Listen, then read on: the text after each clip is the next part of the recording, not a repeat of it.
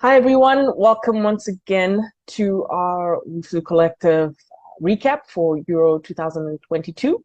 As you all know, the tournament is over, where we saw England beat Germany by 2 goals to 1 in extra time, thanks to goals by Ella Toone and Chloe Kelly. So André and I are going to be discussing that final today, and then we're going to mention a couple things about the tournament as a whole and what it means for the game in England and the game overall in Europe, and mention a couple of other things right at the end. But otherwise, we're mainly going to be focusing on the game itself and then go from there. André, do you want to say hello? Hello, everyone.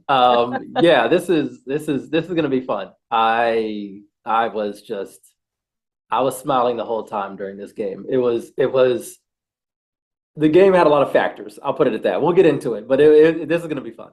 Yeah. And just before we begin, I think it'll be fun for everyone to know what kind of jerseys we're wearing today and who's on the back of them. So You you know want to who's go on the ahead? back of this. You know who it is. It's Go none ahead. other than Fran Kirby.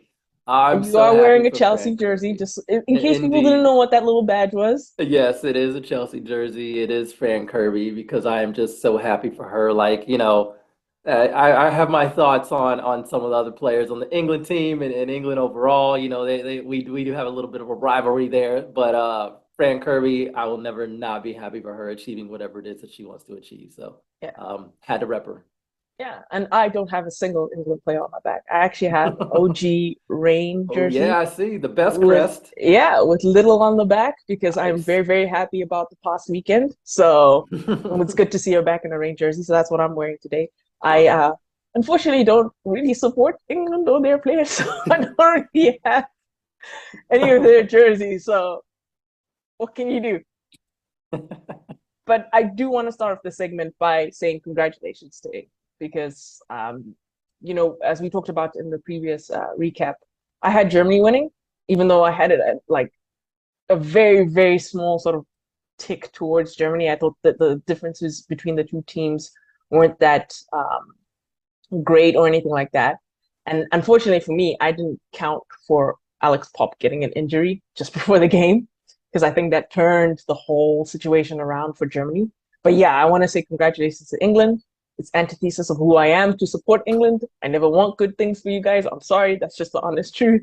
But congratulations anyways, because I know it's a big deal for a lot of people that we mutually know. And it's great to see them happy for once with their national team. I yes, I agree. I think it's been noted before, like on in multiple tweets, but I think it's worth saying here as well that I do think that there is something poetic about the first team that breaks the senior trophy drought in England being the one that they banned from the sport for 50 years. Hmm.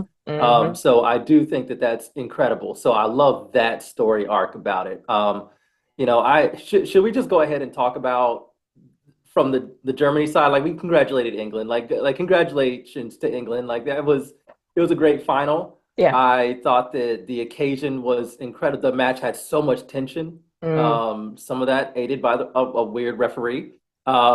So, but 87,192. Ugh, That's incredible. that's huge. That's so awesome. I think we have seen the team be able to connect with so many people in the country, and attendance kept going up and up. We even saw attendance records broken for matches that didn't involve the host country. And I Exactly. think that is Yep. really that to me, that's even more important. Like come out and support the best players regardless of who they play for. And I think that that was massive. So I'm really, really excited about the way that the tournament went, and it all built up to that penultimate moment with 87,192 on hand to witness, which you expected a big crowd, being Yep. England in the final, Yep. but that number is massive. Yeah. Um, And I also just want to quickly say as well, I want to congratulate. I guess I don't know if congratulate is the right word, but I was happy to note that there was no craziness during and after the game mm, in the stands like they yeah, did with the men's final. That people yes, seemed to have been fairly calm about what they were doing in and around the stadium.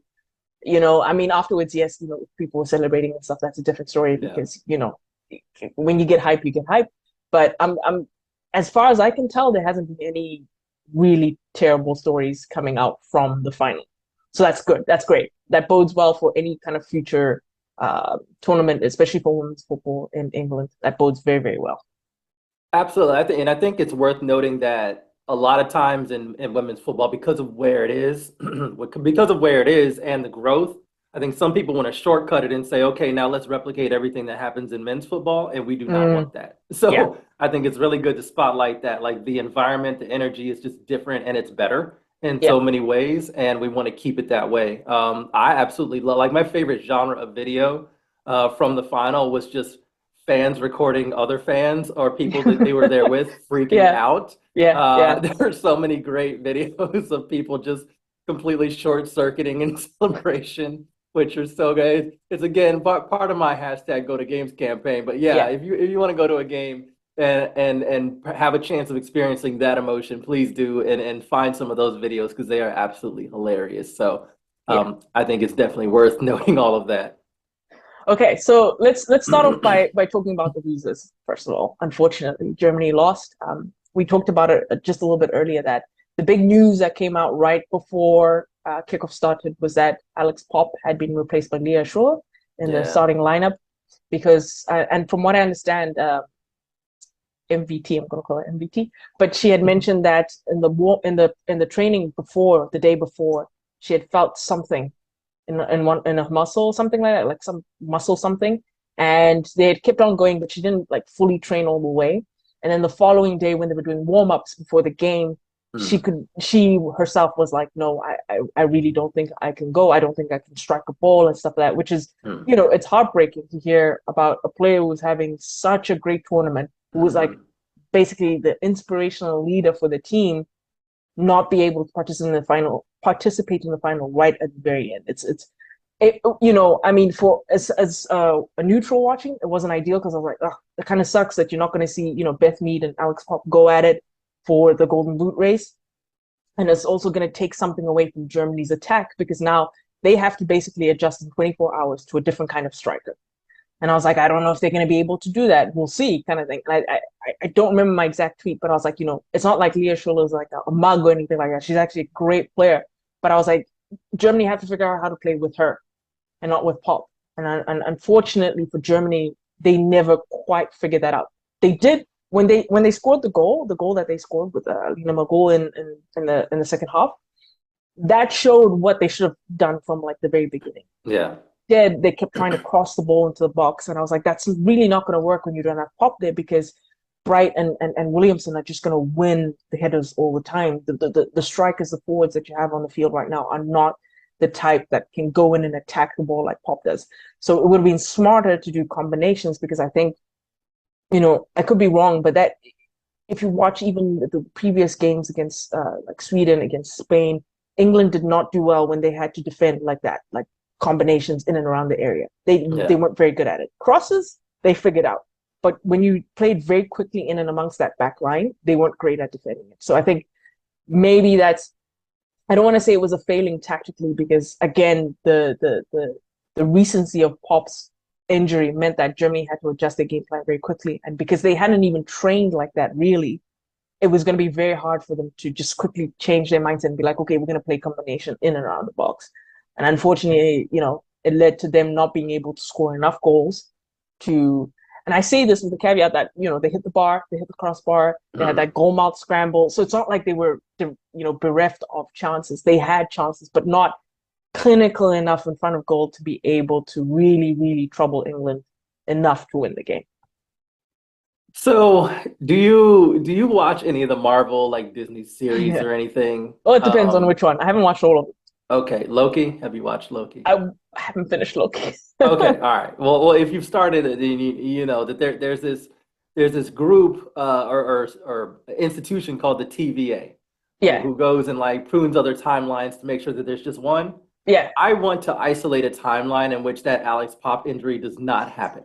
yeah, yeah, yeah, Because I think not only is it obviously a key injury for Germany, as you mentioned, she'd been their player of the tournament and not just scoring goals, but becoming the emotional leader of that team. We talked about her story last pod. I mean, she just turned 31 and is playing in her very first Euros because of ill-timed injuries. This is about as ill-timed as it gets. She'd yeah, scored in every game she started and scored 2 goals in the semifinal match to get them into the final. And then, of course, you get this. So I think it wasn't only her injury, but like you said, it was the timing of her injury. yeah, if they would have had chance to train and be like, okay, Pop's not going to be here. We need to figure out how to play without her. It's just such a demoralizing loss to lose her in the warm up. And then you have Schuler in there, who is somebody who they're not unfamiliar with playing with, but given how they had settled, especially their high press, notice their pressing was not like it was. And we said that, in the preview, that high press is going to be difficult for England to withstand in the first 20, 30 minutes. The problem was Germany, instead of having the high press, they needed that time to settle in and figure out how to play with Schürrle instead of Pop. And that really, really changed things. So I would love to see, we'll never get to see it, but I would love to go back and find a way. We could figure out a way to isolate timelines and jump into the Marvel universe. The only thing I would want to do, well, I'd want to do a lot of things, but one of the things I would want to do is go and find the timeline in which Pop does not pick up that injury and just see how the game ends. Because I think, like you mentioned, Germany was able to create a lot of chances. And even that crossing, the reliance on crossing they had early, I think even some of that had an opportunity to work when you have someone like Pop. Not because, again, we talked about it last time in the semifinal, not because she's good at going up 1v1. Like, she wasn't challenging Wendy Renard, but she was smarter. She was like, I'm going to choose my moments. I'm going to make late runs. I'm going to isolate the right defender to win a header against. So she probably wouldn't have been trying to body up against Millie Bright. Not the greatest idea. The chances are she's going to win that header if she reads it right. And so, I just felt so let down by that. But then the match started, and it was like, okay, it's go time. All right, no time to feel sorry for that. Like it was like it's on. And so it was good, but in hindsight, it's such a massive loss for Germany. And I just, it's hard for me not to say that it changes, that it doesn't change if Pop's there, because I just absolutely feel like it would have. Yeah, and I think another sort of ill-timed injury we should mention is Hegering coming out. Oh gosh, yeah, That's another one. Yeah, that was the one. I think when she came off, I was like, oh, that's going to be a problem. I think England have a way into the game now, like to win the game, not a way into the game, win the game, because she had basically been almost immaculate, right? Yeah, she was great. She was great, like at being able to spot the danger, to snuff it out before England could do anything. The only time she got beat was by that one ball, right, by Keira Walsh through to Toon. And that was because, there was a tactical breakdown in front of her. They didn't close down Walsh and all that, which they had managed to do all game long. Just that one time they didn't. Yeah. So taking her out, and not to say again that Dorson is a bad player or anything like that, but it's not the same profile. And you're asking someone to come in who basically hasn't played a lot in the tournament. You're asking them to come in and suddenly fill a role in a very big moment in the game because it was extra time. Yeah. And I'm sure that Germany were thinking to themselves, if we go to penalties, we're pretty confident that we can win penalties because, yes, in this case, England have bucked the trend and all that, but we all know what England like with penalties. It's not easy for them to get over penalties, whereas Germans score penalties for fun. So I think in their heads, they were thinking, if we can get to penalties, we back ourselves. Yeah. But because they, Hegering had to go out, because I think if you were watching the game, you noticed that maybe about 10 minutes or so beforehand, she had come out of a tackle and she was limping a little bit. So they decided to sub her out, which makes perfect sense. If she was limping, that means she wouldn't be able to keep up with the pace and stuff like that of the game, which is fine. But again, that was another sort of momentum shift for England, where you've taken out a very key figure in the back line. And when you look at how the winning goal came about, it was just confusion in the penalty area, right? And if Hegering had still been in there, would that confusion have happened?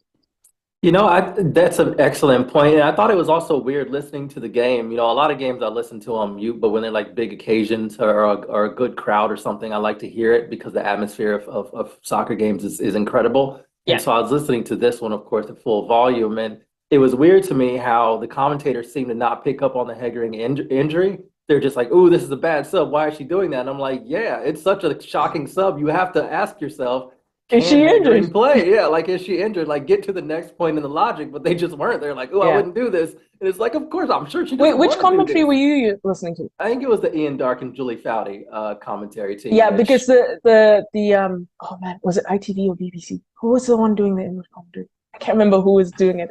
I think, where was Ian Wright? Was he ITV or BBC? I think he was with BBC. Okay, so whichever station he was with, I can't remember which. They were the ones doing the final. They picked it up. They picked it up because they were like, oh, actually, I noticed. I think it was Rachel Yankee who was on comms, one of the Mm, comms people, and she was the one who was like, actually, I saw her limping a little bit earlier. It could be mm. that. So they picked it up.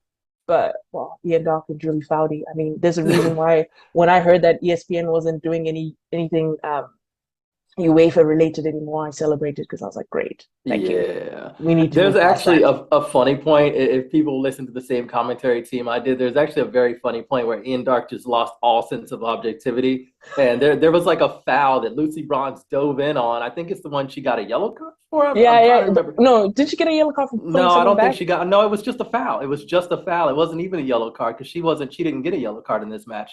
Oh, So yeah, it was. no, it's the one where she got the ball but she went over, right? Yeah, yeah, it Yeah. was that one. And he was like, "Oh, I can't believe that's a foul. The game's gone." And I was like, "What are you talking about, dude? Like, you gotta hide it better than that, guy, my guy. Like, what is going on with you right now?"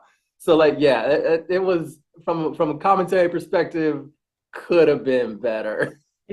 I will say that the anytime I listen to the English or sorry, let me clarify that the UK commentary, Mhm, whether it was ITV or BBC, yes, they were homers. Anytime mhm, England were playing, they were 100% homers. Oh yeah, you could hear it. But they tried as often as they could be as objective as they could be. mhm. So even though they weren't happy with the referee in the final, they were saying, let's be honest, she's been terrible for both teams. So Yeah, it's okay. We yeah. can't complain too much because I think it was a foul that happened where I think it was Georgia Stanley bought a foul or something like that. Mhm, And they were laughing and they were like, yeah, no, that wasn't a foul. That was 100% not a foul. yeah. But at the same time, there was another foul that had happened earlier that a German had bought. So they were like, well, it evens out. Yeah, and I want to clarify, I don't need like 100% Mm, objectivity, but like on when it comes to dangerous tackles, come yeah. on now. You know Oh, what there I was a mean? couple that flew in there. There was a couple. I was like, So oh, that's let's the be next thing careful I want to now. talk about. Yeah, because and I think and we from watching the NWSL, we have a lot of Oh, experience with oh this. no. Uh, the way that Let's the not refs let's not called the discuss that. game, yeah, well, I had reminders, let's put it that way. The way the ref called the game was so strange because in the first 15 minutes, it was like anything goes. There were bodies flying into each other. There were tackles, sliding tackles, everything happening, and there were even a couple moments where players were standing around. You know how players do like that, like beat of hesitation, expecting a whistle before they can play the ball. Yeah. There were a couple moments like that, and it was like, okay, that's a signal to me as a player. Like if I'm going to give the referee a beat and the referee doesn't want it, like that signals to me like, okay, that's good. Like so that changes my mindset for the game. Like don't wait for the whistle or those moments, like play on. And then like what, 20 minutes into the game, everything's a card. And it's like you're gonna whip out cards this early when when you've set a standard in the previous 15 minutes that this is not how you're gonna call the game, and then suddenly you change and go the complete opposite direction and start whipping out cards. It was just very strange. So like I think the match, and I don't want to make it all about the referee because I think in between weird refereeing decisions, as you did mention, they were consistent Yeah. in both. I think some Germany players picked up cards they didn't deserve, and some England players picked up cards they didn't deserve. Thankfully, nobody got a red. So that was the only thing I was concerned about. I was like, okay, if somebody gets sent off because she whipped out an early yellow card, that's really going to change the match. But I do think that like the final had a lot of tension. There were chaotic moments. There was some very good football played as well, and then there was just some straight up like stunning goals as Yeah. well. So like I think it had everything, and I was fulfilled. I thought it was an Yeah. excellent final. Yeah. So, I mean, we might as well just transition right into England, right? Yeah. So I actually want to take a look at two players Mm-hmm. that, like Kira Walsh, one player of the game. I was about to say player of the tournament, player of the game, and I completely understood that, that decision, didn't have any arguments against it. And, obviously people have talked about Beth Mead, they've talked about the United strikers, Ella Toon and Alicia Russo, and all the stuff that they've done to kind of change the course of the tournament for England. But I want to highlight two people in particular. First Yeah. of all, Mary Earps in goal, Oh, excellent.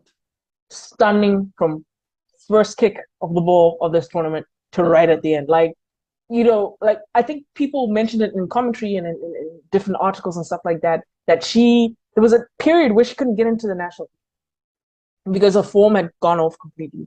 And I Hmm. know a lot of people who, when she was named as the starting goalkeeper, were very hesitant about that. They were really skeptical. They didn't quite like that decision. Yeah. But I think having the backing of Serena Williams to be the starting goalkeeper gave her so much confidence that she suddenly just became a different goalkeeper. Yeah. And she did everything that she needed to do as a goalkeeper to, keep the clean sheets and everything like that. Even when they conceded, she was always ready to be like, okay, we conceded. Let's move on. Let's recalibrate. We're going to make sure we don't lose this game. And she was excellent like it, not just from a stopping perspective, because that's usually what goalkeepers look at. But my big thing with goalkeepers is always organization, right? Yeah. Like defenders are good, and defenders can be very great. We see it all the time that defenders can just like change a game just by how good they are. Hmm. But they need that organization for their goalkeeper, or otherwise they won't be as brilliant as you think they are. Yeah. And she was constantly talking to her backline. Like I think there was a time during the final where I think it was during extra time. Yeah, I want to say during extra time, where I just kind of anytime the camera switched to that end of the field, I just focused on her because I wanted to see what she was doing in terms of organizing to make sure Germany didn't get a second goal before England got a second goal. Hmm. And she was very clear about her directions and what she needed. Anytime Germany managed to get through a gap or anything like that, they didn't do it twice because she would turn around to her players or to the players in front of them and be like, okay, don't do that again. There's the gap. We got to close that gap. We got to make sure that doesn't happen again. And it really, honestly, how many times can you count of Germany slicing through England's backline, especially in extra time? Yeah. Yeah, not much. I think Tabia Wasmuth came on and had a pretty good impact, and she got a couple clear chances and actually had the assist for the goal. But I mean, it was minimal. It was Yeah, very minimal. yeah. So I want to give big congratulations to her, big ups and everything like that to Mary Earps. She was brilliant. She had a great, great tournament. And the other person I want to give big, big congrats to is Lucy Bronze. And Oh. this might seem like, oh, that's such a cliched answer to give because people always talk about Lucy Bronze, but I'm not talking about her attack. I'm talking about her defending. Hmm. Like she shut down that side of the field. Yeah. She shut it down completely, and it was like the Lucy Bronze I know struggles against tricky wingers. We all Yes. know this. We've seen it Yes. happen more than one occasion, right? Like it's there. It's a thing. We all know it happens. But in this game against Germany, it's like something took over her and a lot of the England players, something just took over them and they were like, we're not getting beat today. It Yeah. doesn't matter what happens, we are not getting beat. And this is full credit to just the team, to Wiegman and the coaching staff and everything, that they put that in their players to say that no matter what happens, we're not going to lose the game, because that's something a lot of England teams in the past have failed to do. So I want to congratulate her because she was a stalwart, right? She shut down that side. She didn't let anything pass her. And when she was needed to go up and attack, she did what she needed to do. She was a problem anytime that they had set pieces in Germany's box. She was constantly a problem. And yeah, I just wanted to give her and Mary Earps a big shout out because they had incredible tournaments, and particularly in the final, incredible final.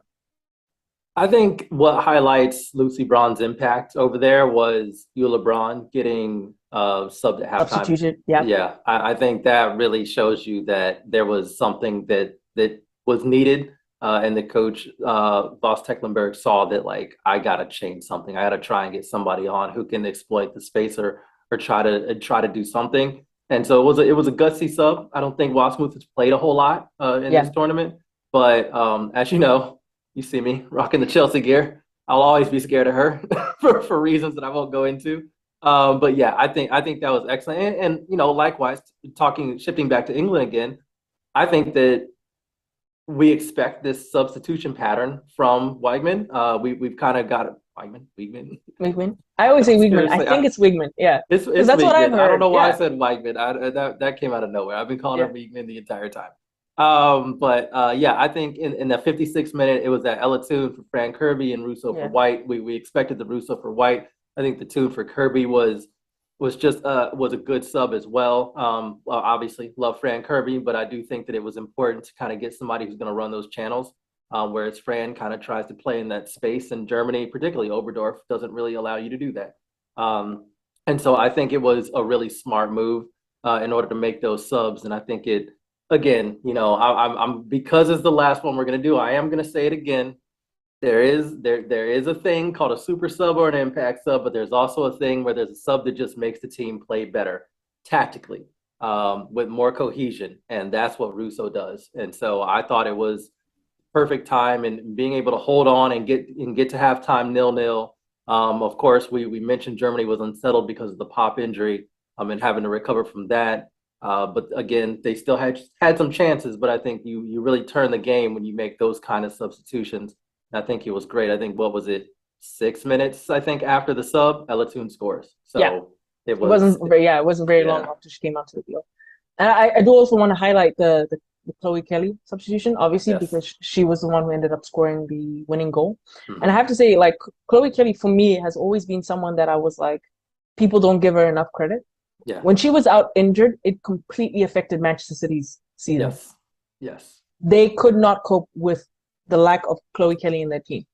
Because when she's on that, she usually plays out on the right, right? So when Yeah. she's on that right flank, and Hemp is usually on the other side, they terrorize backlines. And they make Yes. it so difficult for a backline to be able to concentrate on one side. Like usually, if you have one dangerous winger, then everyone shifts to that side and they shut it down. Yeah. But when the two of them are on song and on the pitch at the same time, it makes it very difficult for backlines to mark both of them at the same time. And any fullback that comes up against them will always tell you that you will have a very difficult time marking either one of them, especially when they're both on the field.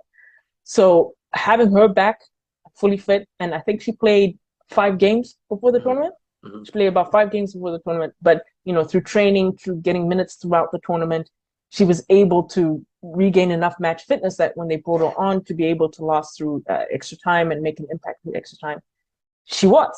And if you watch, I don't know if you caught it, but I remember watching her just before she scored the goal, when she won the throw in, just before they won the corner for the Hmm. goal. She was the one who was really like getting the crowd into it. She was like, "Come Oh on, come yeah. on, Yeah. come back with this. Keep going, keep Yeah. going, keep going. We're so close to winning this. We need your support," kind of thing. And literally right after that, they win a corner kick. She scores the goal. It Yeah. was it was like as poetic as you can get in terms of storylines and narratives and things like that. I mean, that's what you want. If you're Yeah.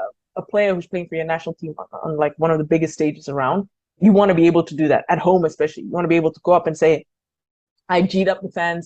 I got them right back with us," and then I straight away went and scored a goal. Which when she took off her jersey and she was like swinging around, I was like, "Yeah, okay, So I awesome. get it, I get it." Like I 100% understand this reaction.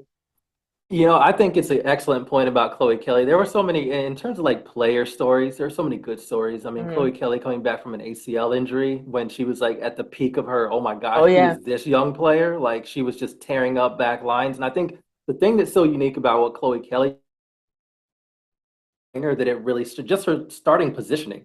Hmm. Just she stretches back line so much because she stays so wide, and you have to mark her out there because if you give her a couple steps on the ball, she can go right, left, she cut inside, she can do whatever, and she's great at putting in a cross. She's great at shooting on goal, and it's very difficult to mark her and keep her in that space. And she makes sure that she stays as wide as possible in order to be able to give herself that time and space to pick a route to be dangerous. So, like I think her game is excellent, and it was so cool to see her come back. Like you said, she played 5 games for Manchester City in the league this season, and looked like she was good. She Yeah. was, didn't look like she was having any injuries issues with that ACL recovery, and so it was great to see her get this moment. The one thing I really love though is just signal of modern football, right? Where the goal goes in and she's kind of standing like She's she's like she's looking around, waiting. like, She's am I looking offside? around Am I like offside? at You can first I see her. thought it was Yeah. like is she having a hard time processing what she's just done? But it was like, no, she's waiting to see if the flag goes up. Yeah, because she was asking the ref. She was clearly, you could see her clearly Yeah. asking the ref, like, "Am I outside? Am I outside? Am I outside?" And I guess when the ref was like, "No, you're fine," she was like, "Ah!" Yeah, Then she it's lost like, it. all right, she just pressed the button and then whipped off the shirt and ran around. It was an excellent celebration. Yeah, Exactly what the kind of celebration that deserved it. It was a scrappy goal, but it's one of those where it doesn't matter. yeah, They went in, you were what, 10 minutes then? I think it went into the 110th minute. something like So it that. was Yeah, 10 minutes away from winning the final. And yeah, I just thought that was an excellent moment. It was so cool to see that. And shades of Sam Kerr, shades of Brandy Chastain. I love to see it. When you score big goals, do what you do to celebrate. It's yeah. great. So I Except loved like, it. except Roosevelt, I think when she scored the winning goal in the 2019 final, she just dropped to her knees. Yeah. Right. Yeah, there are a few USA players that need to work on their celebrations. There are some that just like either they seem like they're bored or they don't really know what to do. And Rose definitely had no idea. My favorite Rose celebration is basically just her being on her knees and screaming. Yeah, That's basically what that's she what I'm does. talking about. Yeah, she just Yeah. dropped her knees and screamed. So I think, but that's, you know what? Actually, we shouldn't hate on that, because that's actually like a great reaction as well. You're just like, you're so mind blown, you can't do anything. Right. You just fall to your knees, like, what is my life, kind of thing. But I'll absolutely take this Kelly celebration though, Yeah. because I Oh, just yeah. I like, loved it. I yeah, loved it. like I'm sure in the moment it's just like, yes, it's a big game, but you just think of all the history. And I think if she probably would have thought about all the history, she might have done the Roosevelt, just dropped her knees and screamed. But like, think of just everything that that goal meant. And like I said, didn't matter how it got across the line. It got across the line. It counted. It put them up 2-1, extra time in the final against Germany. It's just like, it kind of doesn't get any better than that. And there are so many good stories. I mean, like Fran Kirby, I could talk about Fran Kirby all day, just given what she's been through. Like her season was cut short in like what, February. I think she played her last games for Chelsea, and she was diagnosed, or not even diagnosed at first. They didn't even know what was going on. She had this extreme fatigue issue. There, her and Emma Hayes had a discussion, and she just decided to shut her down, like focus on your health, get a diagnosis, get a treatment plan. And when she came back, it was between her and Steph Houghton as well, like the two players who had been out injured to prove like their fitness and they could be part of the team. And Fran Kirby did, and Houghton did it, and that kind of showed you like nobody was getting a spot on this, in this team without Yeah. being able to step up and play. And Fran Kirby did that. She came in and you saw they relied on. She started every game, started 6 games, all 6 games for them. It was excellent. She had, I think it was 3 goals, 2 assists, or 2 goals, 3 assists. I can't remember the Something like numbers, that. but it's Yeah. 2 and 3. And she had some excellent games, some excellent performances. They really relied on her in that center midfield role, kind of that attacking midfield role as well. Thought it was a really good position for her, particularly given the wings that England have. So, Yeah. like, yeah, I was just so thankful for her recovery. This is not the first, uh, Time. Yeah. illness that she's had to recover from. Pericarditis was something that she struggled with a couple years ago, came back and had the season of her life, which is just ridiculous. And when this new kind of illness popped up, it was like, how much bad luck can one person get? Yeah. I just absolutely loved it. And this is on top of the, outside of physical pain, heartbreak that she kind of feels around football anyway. Yeah. She Yeah. lost her mother when she was a teenager, due to just a random brain hemorrhage.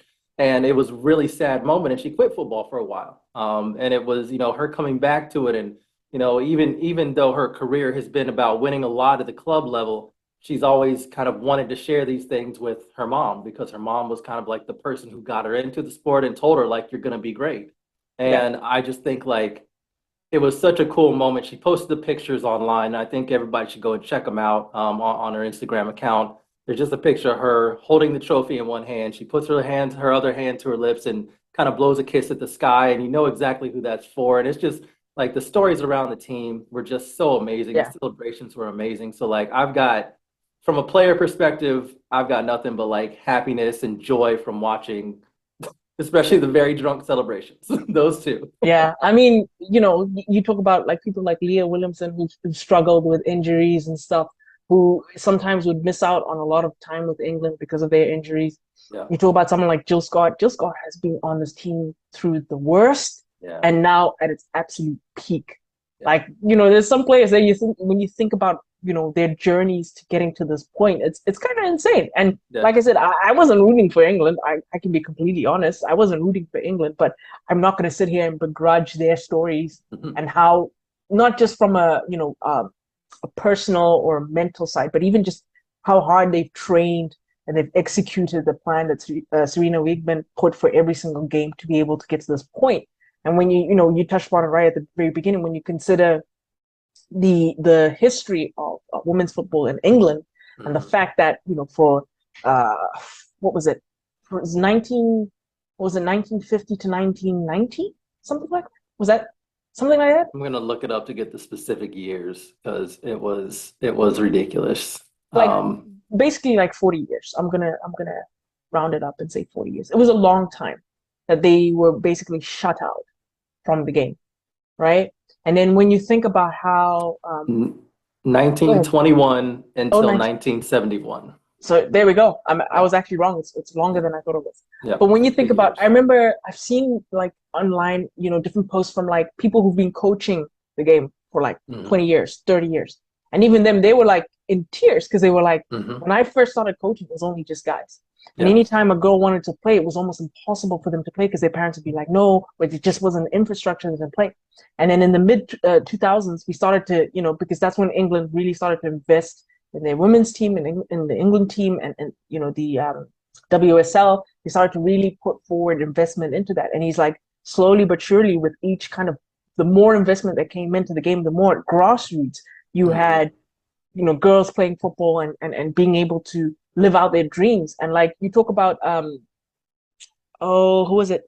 I want to say it was Leah Williamson. I want to say it was her. I'm forgetting which player it was, but I saw online there was a picture of her being a mascot for Kelly Smith, one Yeah, of I the think it was Leah Williamson. Yeah. exactly, and she had like it was signed and everything by Kelly Smith saying, good luck in the future and all that kind of stuff.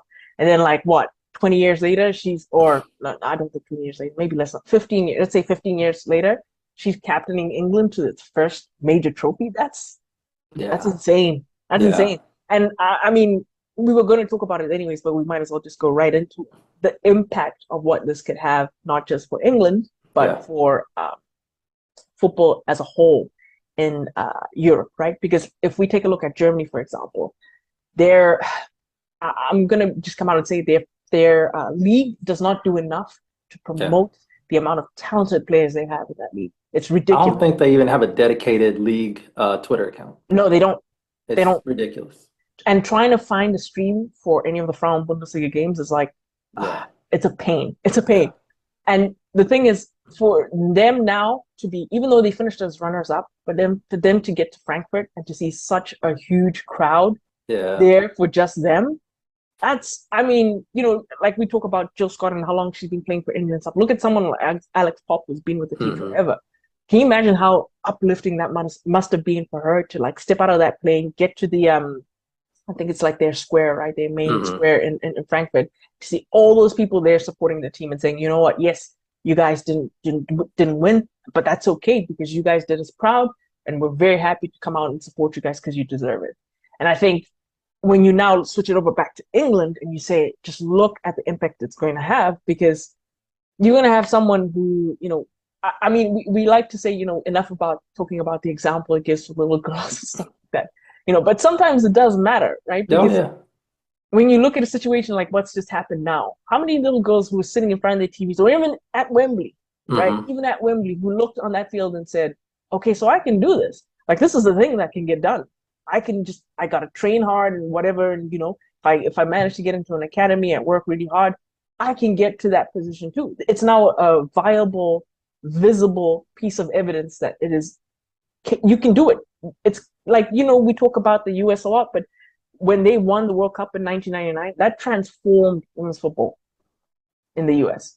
And Yeah. this could be a moment for England to transform even more what they've done. Because in terms of the support the FA has given the league, in terms of the broadcasting rights that they have, I think they're like bar maybe what? Mexico? They might Hmm. have the best all around system going on for the league right now. And I think that is the key. That right there is the key because whereas I think the 99ers in the US, scoring and that being a real like boon for women's football in the US, I think we still had a struggle being able to develop and sustain a women's league. I think what you've seen with England and the way that they've done it is they've had their stumbles. We've talked about people who have started with the team like Hope Powell being someone who got mentioned quite a bit, and rightfully so. She's coached that team for a while and didn't have a lot of support at all. There were a lot of like she was. They give her credit for instituting and saying like top down to the youth levels, we're going to institute a 4-3-3 formation just so like structurally you want to make sure that players coming up are familiar with the system. So by the time if they develop and become talented enough to make the senior team, they don't have to learn a new system. They understand the way they want to play. And that's like a common sense thing. But she had to do that all by herself, which is something that a coach shouldn't really have to do. You know what I Yeah. mean? Like that's something that levels of youth soccer and everything else. So there's a lot of that. Then, of course, they make a misstep, is in like you have a very talented squad. Now you're going to have them be coached by Phil Neville. and that doesn't go well for reasons that we all knew wouldn't go well. It was basically a pat on the back to say, hey, Phil, you want to get into coaching? Here, have this team. And so you can't treat your women's game like an afterthought. I love that England weren't rewarded until they took it seriously. Not Yeah. only, like you said, with the league, with the WSL receiving a lot of a big boost, the deal with Sky Sports, massive. I think making it accessible. They have it here in the States. They just signed a deal to be on Paramount Plus, so the WSL is going to be accessible as well here.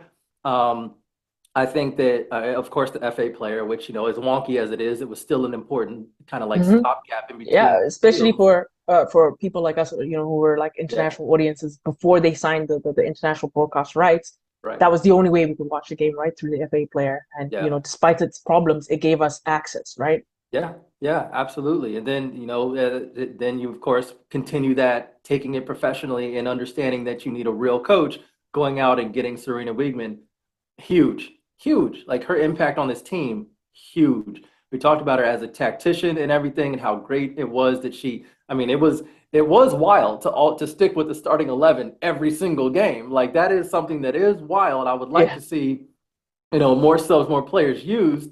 But I think that you can't really knock it on a results basis right now, particularly, her coming in and trying to get this team to play the way that she wants them to play. She had time to institute it and basically into a smaller set of players. So hopefully we see a bit more rotation going into the next cycle, which is of course the World Cup. So, I just think that like to me, as long as we keep it in context, it's massive because it's not just massive from a inspiration standpoint, which it is. Like you said, I don't want to completely take that away because I do think it's important, but I think that I don't want to lose sight of the fact that sometimes a lot of people, a lot of organizations, a lot of corporations, a lot of federations like to look at these things and believe like the inspiration was enough. What they did on the pitch was enough, but it's like, no, the structures need to be put in place, the infrastructure, the investment, the accessibility, all of that needs to be put into place because this is what you can achieve it. So the story to me needs to be that they actually did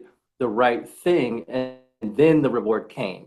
yeah, And so I think that to me is what I'm hoping that we keep it at the forefront of this and why it was such a cool story with England, that team specifically, given what they've been through and the way that they've been treated, even when the WSL was doing well. yeah, Players were doing well and growing in the WSL. They were still going from their club teams to being coached by Phil Neville, the national team level. And yeah, I'm going to keep bringing him up because I mean, basically, this is the same squad of players, and they were not this. yeah, You could watch them on the pitch and say like they are way more talented, and it was just because they didn't take it seriously enough to say we need to put a professional coach in there, someone who understands and deserves the job. And I just think like all of that combined matters and hopefully means that like people take it all in context and say, this is what it means. This is what the win means. You yeah. have to treat it correctly and appropriately and professionally because these can be the results. Yeah, and I mean, we're not saying that the WSL is perfect because there's Yeah. still a lot of like semi-professional players Yeah. in that league that, because for whatever reason, their teams aren't taking them seriously enough, or as with many times, the men's club isn't just run well Yeah. financially. So that means Yeah. that, all the money was top heavy, right, Hmm. with the men's team, and then whatever's left over is kind of shoved to the women kind of thing. Yep. So even from that standpoint, we're not saying that the WSL is the perfect league and they've got everything right. No, we're not saying that. But Yes. what we're saying is that if you want to look towards what women's football could be and what steps you should take to be like the premier sport, right? Because Yeah. let's not joke about it. Like women's football is one of the fastest growing sports in the world. Yes. And if I had the money, I don't, but if I had the money, I would Yeah. 100% invest in it because Yes. 10 years from now, a lot of people are going to be looking back and being like, what were we doing? Why didn't we invest in this? And Hmm. like, I'll call out my own team, like Liverpool, right? Hmm. They just left the women's team to the side for far too long. And Yeah. especially when you consider that how successful they were in the beginning, when they first said, okay, we're going to do a women's team, we're going to implement it into the league and stuff. They were Yeah. really, really successful. They won Yeah. league titles. Yep. And then they just let them slide right on down into the second division. Didn't do Once anything it about it. required more money, it was like, eh.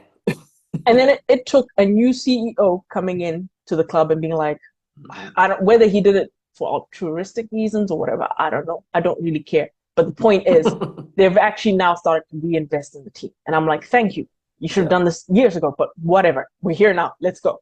And I'm like, if you can do that for every team and not just at the top division, but for every team going down, this sport has so much potential. And I mean, we're preaching to the choir here. We're preaching to the choir Facts. because Yeah. anyone who's listening to us knows Yeah. how much potential the sport has. But like I said, the smart people, like for example, the Zone, were like, hang on a second. There's no one broadcasting the Champions League properly. Hmm.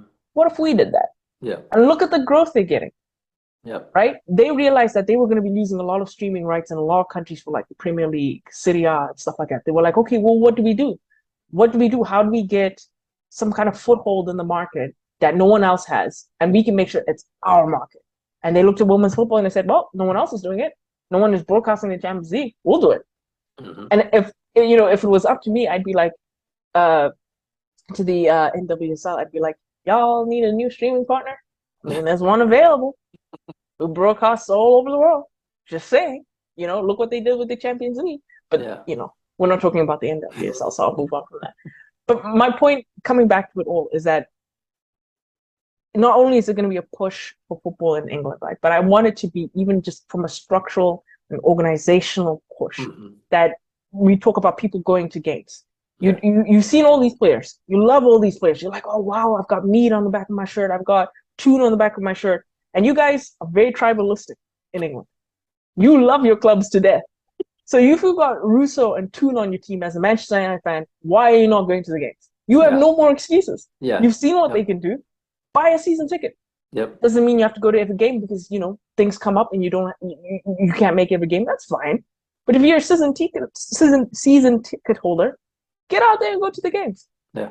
Okay, if you can't afford a season ticket, which is nonsense because when you look at the pricing for any women's league in the world, like the Yeah. pricing is dirt cheap.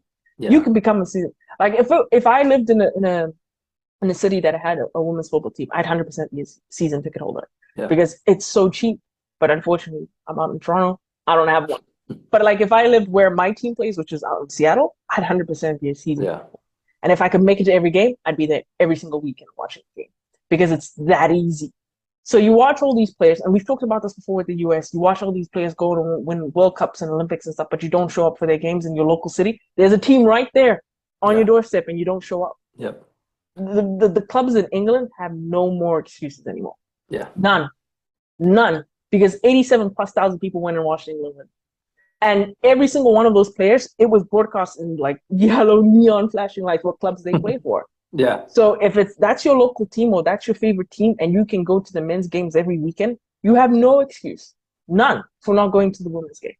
Not like I won't accept, oh, it's not men's football, it's not quite the same. I'm not accepting that excuse anymore. Yeah, I'm sorry. nah.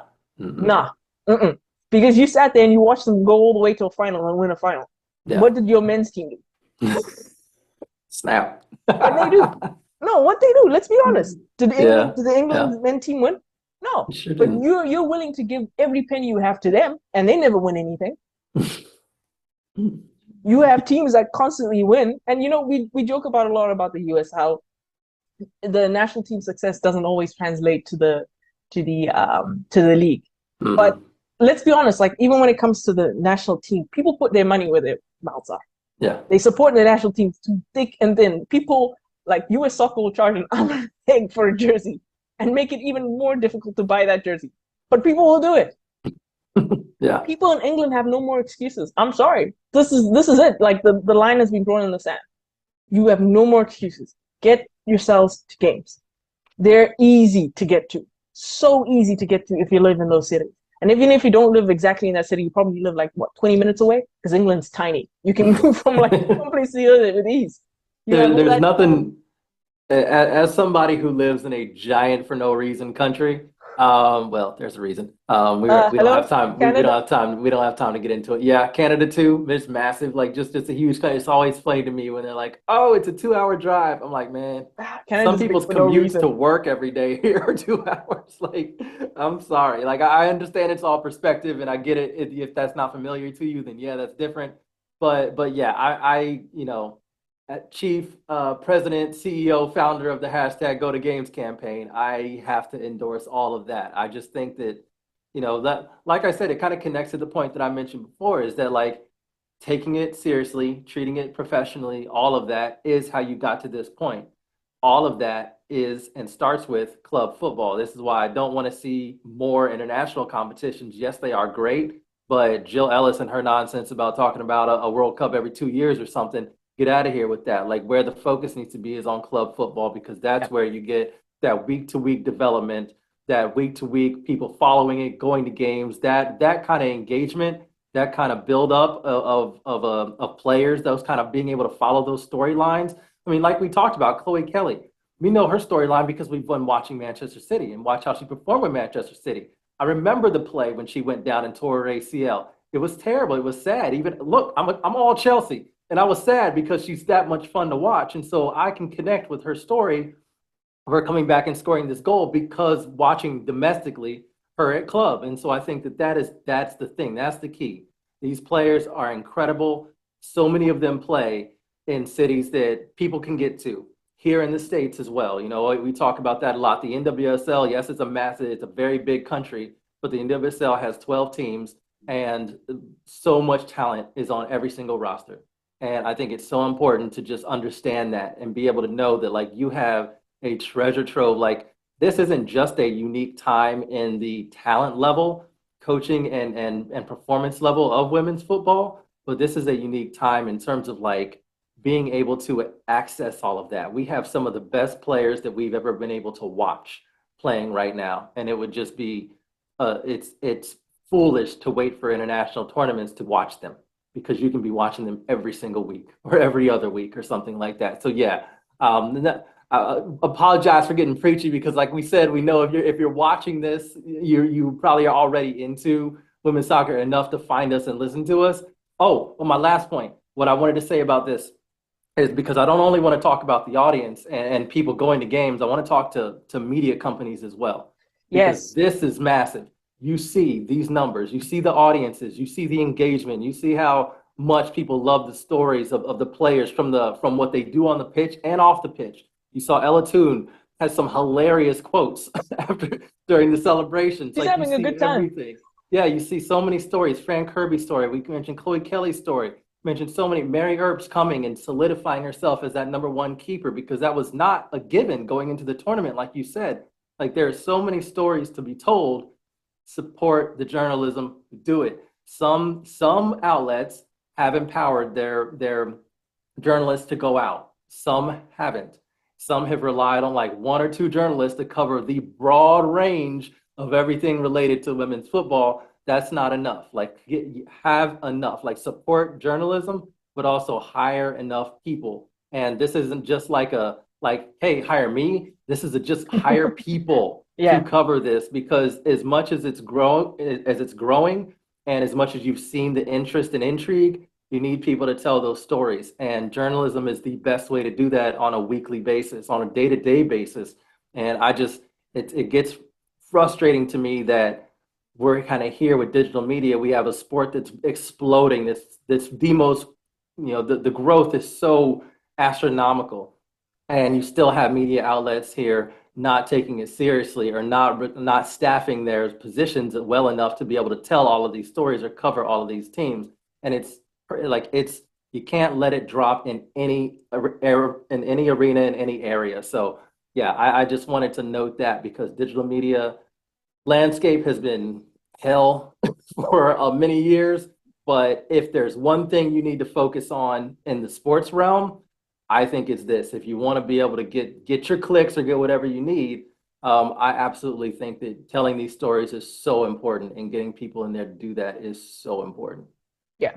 And I think this goes not just for, the UK media. I think it goes for Oh any yeah, team that was in the tournament.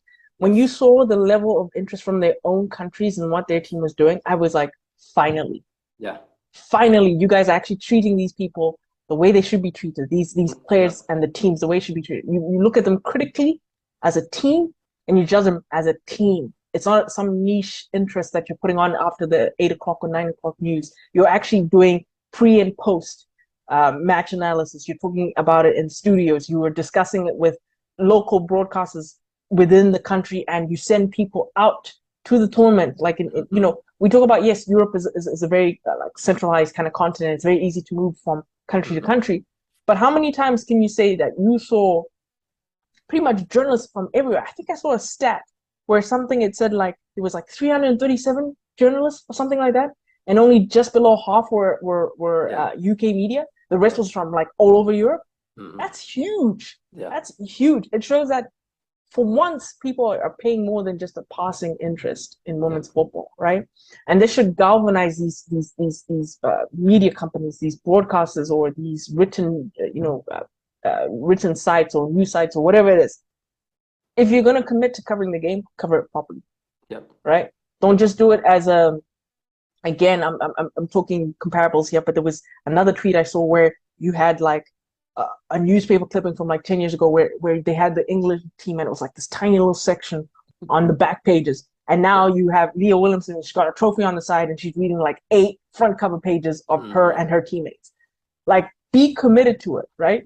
This is your opportunity to get a jump on so many people, because not enough people see, it's not clicking for enough people that this is such a huge opportunity. People are saturated with men's football, like completely filled to the brim with men's football.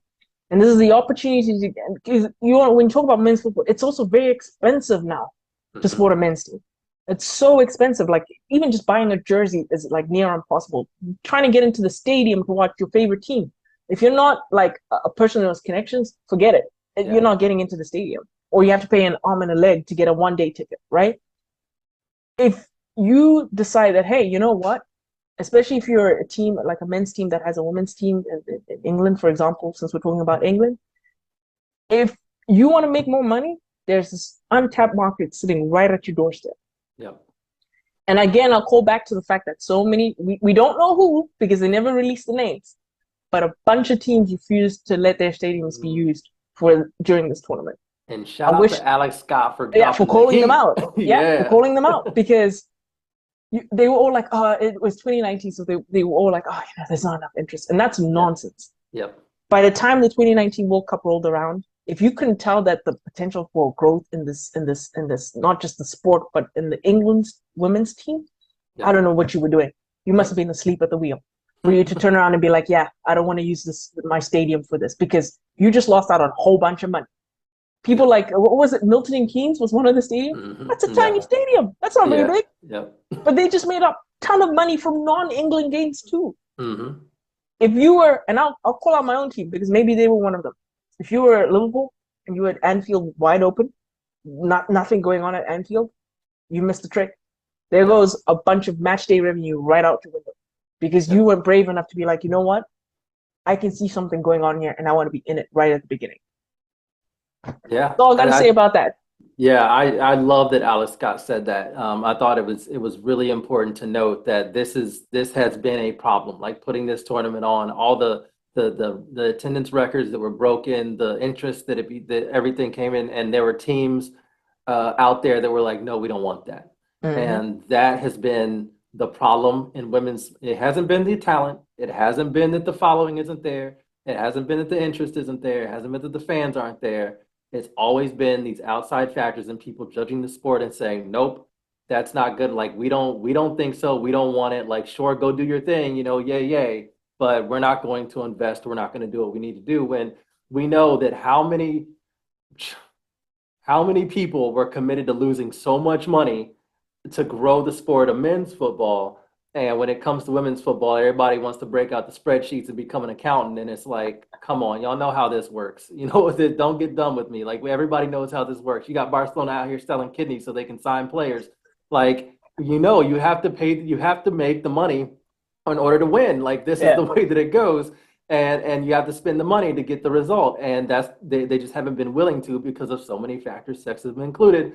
And just not understanding that the market is there, the players are talented, and that people want to watch this.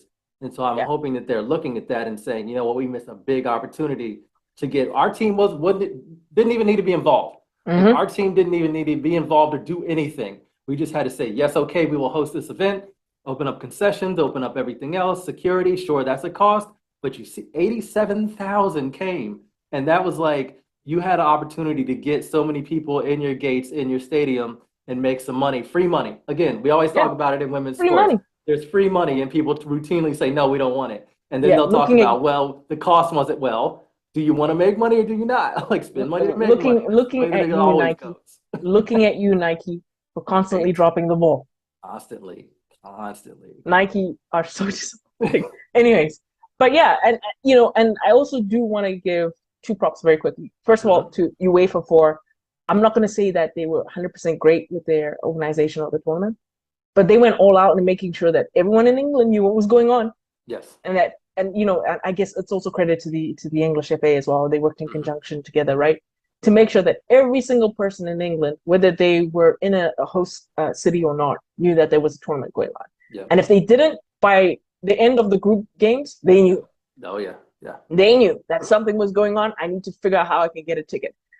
That shows with the amount of people trying to get tickets to the final who couldn't get anything because they were all gone.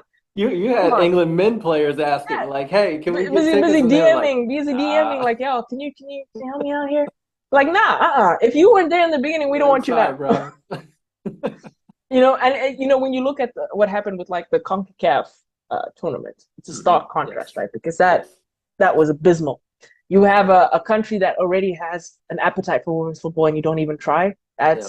That was F for failure. That's an F grade that you get over it. But you But know yeah, what? I think that highlights what we've been talking about is that like when you treat it like you still have to treat it properly. And that's the thing. When you see that it's treated properly, you see what you can get. When you just have it and host it and say, okay, here's what we're gonna do now, hands off. Like we don't want to spend the money to promote. We don't want to spend the money to make sure people can come to the games, to put out the signage or the advertisements or the TV spots or whatever it is in order to get people to the stadiums. Like, yeah, that will happen. So like, yeah, I think that's a perfect juxtaposition to me of what it looks like between actually putting money towards something and investing. And I don't know whose decision it was, but I also want to give them a shout out, even though I don't like shouting out massive federations or UEFA or anything. But I do think that there was a big outcry about the Community Shield happening in Leicester at King Power Stadium as opposed to Wembley, which happened on Saturday between yeah, Manchester City men and Liverpool men. yeah, And I think that there was a lot of pressure on them and saying, oh, the women can play at King Power, whatever, like the Community Shield needs to be at Wembley. yeah, And they resisted that. And I think they weren't validated in that decision because it was always the right decision. But to me, like this is what you need to do is say, no, this has a level of importance that we are going to treat it as important as it is. And that was good to see that finally being done. yeah. And I think because this is going to be my final word as well. I feel about everything. My final shout out is to all the homies we know. We've been Yes. covering football in England for years. Yes. This is your moment, guys. I hope you are having, y'all know who you are. We're not going Yes. to mention your names. You know exactly who you are. I've known some of these people for a very long time. They're the ones who introduced me to women's football. They're the ones who introduced me to women football journalism, to sports journalism as a whole. Mm-hmm. A lot of them have put me in position to be in places I never thought I'd be. Mm-hmm. But those guys have put in the hours and the finances and the hard work and emotional and physical toll it takes to cover women's football. And back when it wasn't popular, back when no one cared, back when every time they posted something, all they would admit was just like a deluge of like nonsense from people, right? They kept at it from like, either building their own sites from Mm-hmm. scratch and posting there, or like working with other sites that potentially could lead them to bigger jobs and bigger jobs. And, some of them are now like full-time hired by like the Yeah. FA or whatever, or like by the Guardian Yeah. or by, DAZN or, Sky Sports, whatever it is. They now have like full-time jobs. Their jobs are to cover women's football in England.